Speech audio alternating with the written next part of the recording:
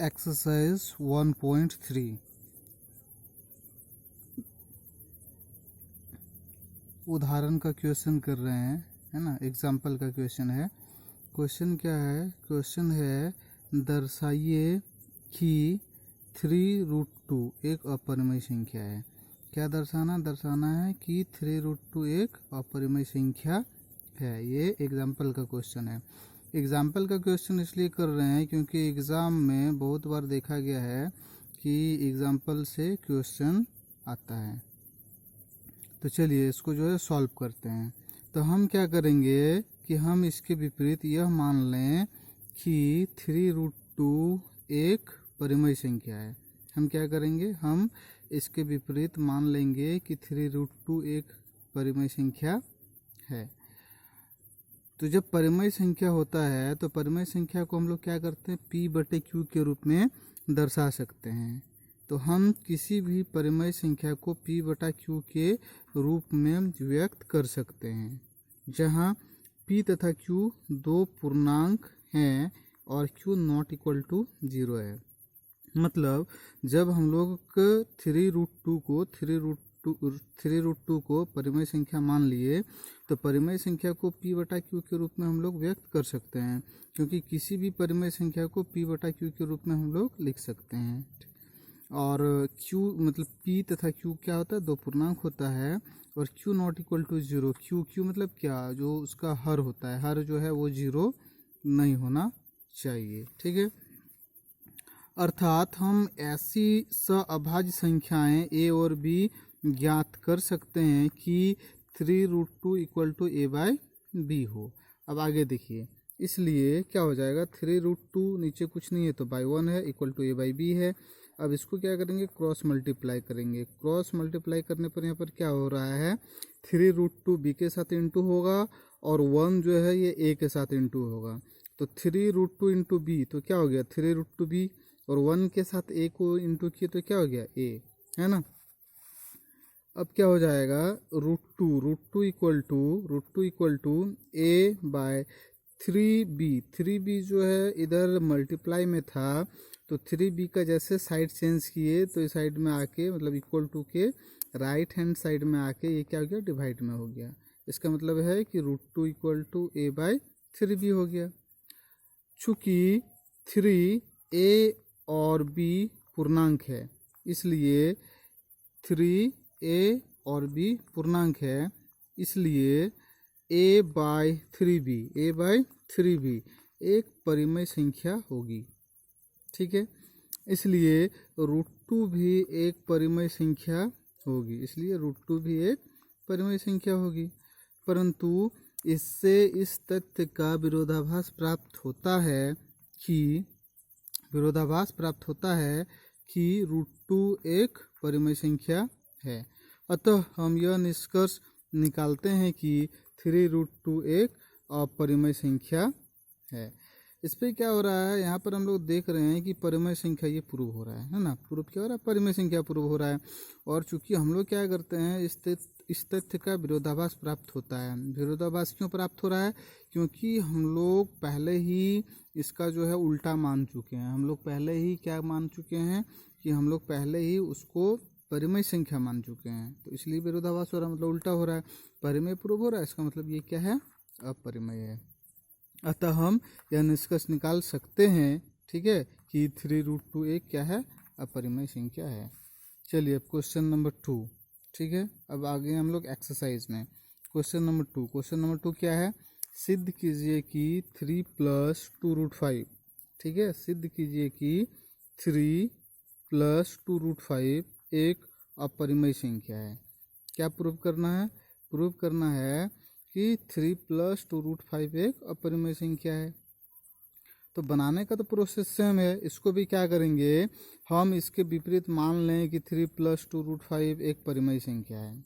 सब क्वेश्चन में ही हम लोग ऐसा ही कर रहे हैं। क्या कर रहे हैं कि हम लोग क्या करते हैं? इसका विपरीत मान लेते हैं। क्या मान लेते हैं? कि यह जो है एक परिमेय संख्या है। तो जब परिमेय संख्या है तो हम लोग क्या करेंगे? परिमेय संख्या को P/Q के रूप में व्यक्त करेंगे, है ना। हम किसी भी परिमेय संख्या को P/Q के रूप में व्यक्त कर सकते हैं, जहाँ P तथा Q क्या होता है, दो पूर्णांक है, और q क्या होना चाहिए, नॉट इक्वल टू 0 होना चाहिए। ठीक है, q का मतलब है जो इसका हर होता है ना, हर क्या होगा, वो 0 नहीं होना चाहिए, 0 से बड़ा ही होगा। ठीक है, इसलिए p by Q equal to क्या हो जाएगा, 3 plus 2√5। p by Q equal to क्या हो जाएगा, 3 प्लस 2√5 हो जाएगा। ठीक है, p by Q equal to 3 plus 2√5 हो जाएगा। और p तथा q को उभयनिष्ठ गुणनखंड से विभाजित कर, ठीक है, एक सअभाज्य a तथा b प्राप्त कर सकते हैं। अतः क्या हो जाएगा, 3 plus 2√5 equal to a by B. अब क्या हो जाएगा, 2√5 है ना, 2√5, ठीक है, 2√5 इक्वल टू हो जाएगा, ठीक है, a बाई बी। और 3 जो था इक्वल टू के लेफ्ट हैंड साइड में प्लस में था, तो इसको जब साइड चेंज किए इक्वल टू के राइट हैंड साइड में लाए तो लेफ्ट हैंड साइड में प्लस था, राइट हैंड साइड में लाए तो क्या हो गया, माइनस हो गया, -3। 3 के नीचे कुछ नहीं, मतलब बाई 1 है। तो 2√5 इक्वल टू अब क्या करना है, इसको माइनस करना है ना, सब्ट्रैक्ट करना है। तो सब्ट्रैक्ट कैसे करते हैं, पहले जो है हर को क्या करते हैं, एलसीएम निकालते हैं। तो b और 1 का एलसीएम b आएगा। फिर क्या करते हैं, इसका जो हर होता है, हर से इसको डिवाइड करते हैं। तो b और b को डिवाइड करेंगे तो एक बार में कटेगा। एक को अंश के साथ गुना करते हैं, तो 1 गुना a मतलब 1 इंटू ए, तो क्या हो जाएगा, a हो जाएगा। माइनस है तो माइनस दिए, अब 1 से b को डिवाइड करेंगे तो b बार में कटेगा, b को 3 से इंटू करेंगे तो क्या हो जाएगा, 3b हो जाएगा। ठीक है, अब इसके आगे क्या हो जाएगा, √5 इक्वल टू क्या हो जाएगा, a माइनस, ठीक है, a माइनस 3b, क्या हो जाएगा, a माइनस 3b है ना, a माइनस 3b, ठीक है, इक्वल टू यहाँ पर क्या हो जाएगा, 2b। ये 2 कहाँ से आया, यहाँ पर जो 2 था √5 के साथ जो मल्टीप्लाई 2 था √5 के साथ, तो जैसे 2 का साइड चेंज किए है ना, जैसे 2 का साइड चेंज किए तो इक्वल टू के लेफ्ट हैंड साइड में ये इंटू में था, तो इक्वल टू के राइट हैंड साइड में लाए तो ये क्या हो गया, डिवाइड हो गया। इसका मतलब है कि √5 equal to a minus 3b by 2b। ठीक है, चूंकि a तथा b पूर्णांक है और 2 तथा 3 भी पूर्णांक है, ठीक है, इसलिए क्या हो रहा है, a minus 3b by 2b, ठीक है, a minus 3b by 2b एक परिमेय संख्या है, जबकि बायां पक्ष √5 क्या होता है, एक अपरिमेय संख्या होता है। समझ रहे हैं, बायां पक्ष मतलब ये √5 ये क्या है, अपरिमेय संख्या है, और दायां पक्ष जो हम लोग का a minus 3b by 2b ये क्या है, परिमेय संख्या आ रहा है। तो इससे एक विरोधाभास परिणाम प्राप्त होता है कि √5, ठीक है, √5 परिमेय संख्या है। ऐसा विरोधाभासी परिणाम हमारे त्रुटिपूर्ण कल्पना से, है ना, त्रुटिपूर्ण कल्पना से प्राप्त हुआ है कि 3 प्लस 2√5 एक परिमेय संख्या है। अतः 3 प्लस 2√5 एक अपरिमेय संख्या होगा।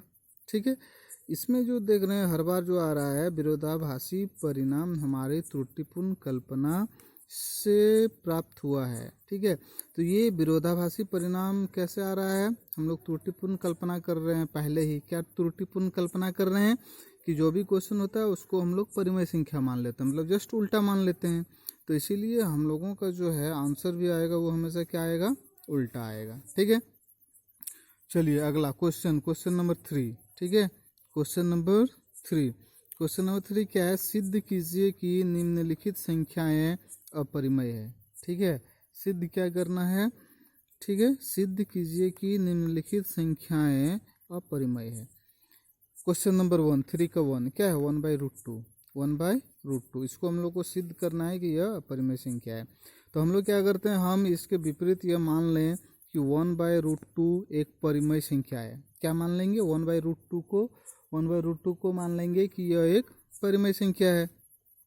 तो हम किसी भी परिमेय संख्या, ठीक है, हम किसी भी परिमेय संख्या को p/q के रूप में व्यक्त कर सकते हैं, जहाँ p तथा q दो पूर्णांक हैं और q नॉट इक्वल टू 0 है। ठीक है, अब देखिए आगे क्या हो जाएगा, इसलिए p/q इक्वल टू 1/√2 होगा, p/q इक्वल टू 1/√2 होगा। p तथा q को उभयनिष्ठ गुणनखंड से विभाजित करके, ठीक है, विभाजित करके 1/2 इक्वल टू a/b हो जाएगा, प्राप्त कर सकते हैं, जहाँ a और b सअभाज्य है। ठीक है, अतः क्या हो जाएगा 1/√2 इक्वल टू a/b। क्या होगा 1/√2 इक्वल टू a/b।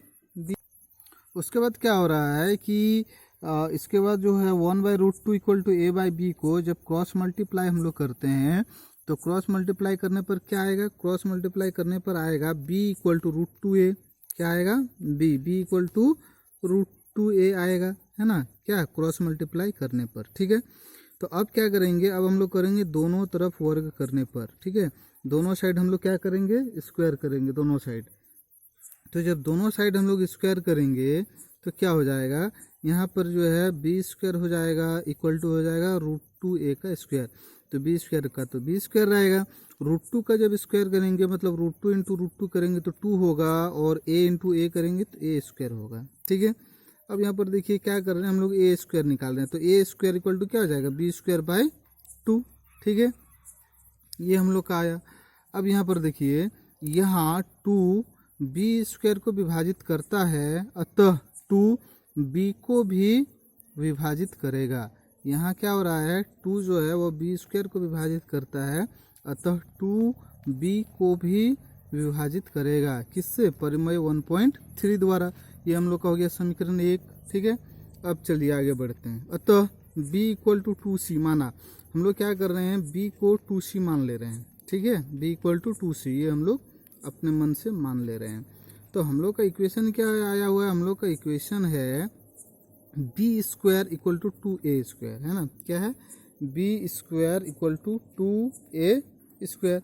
तो b का वैल्यू हम लोग क्या माने हैं, 2c माने हैं, तो b इक्वल टू 2c और रखने पर b का वैल्यू 2c रख रहे हैं। ठीक है, तो यहाँ b था, ठीक है, हम लोग का क्या था b स्क्वायर, तो b का वैल्यू क्या है 2c, तो 2c का स्क्वायर और इक्वल टू 2a स्क्वायर ऐसे ही रहेगा।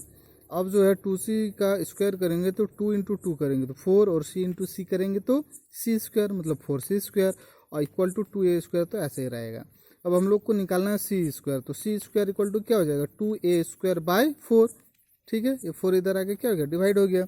अब 2 से 4 कितना कटा, 2 टाइम में कटा। ठीक है, तो अब हम लोग का क्या आंसर आ रहा है, c स्क्वायर इक्वल टू आ रहा है a स्क्वायर बाय 2। ठीक है, a स्क्वायर बाय 2 आ रहा है। अब क्या है, यहाँ 2 a स्क्वायर को विभाजित करता है, अतः 2 a को भी विभाजित करेगा। ये हम लोग का हो गया समीकरण 2। तो क्या हो रहा है, समीकरण 1 तथा समीकरण 2 से हम पाते हैं कि 2a तथा b दोनों को विभाजित करता है, जिसमें 2 एक उभयनिष्ठ गुणनखंड है।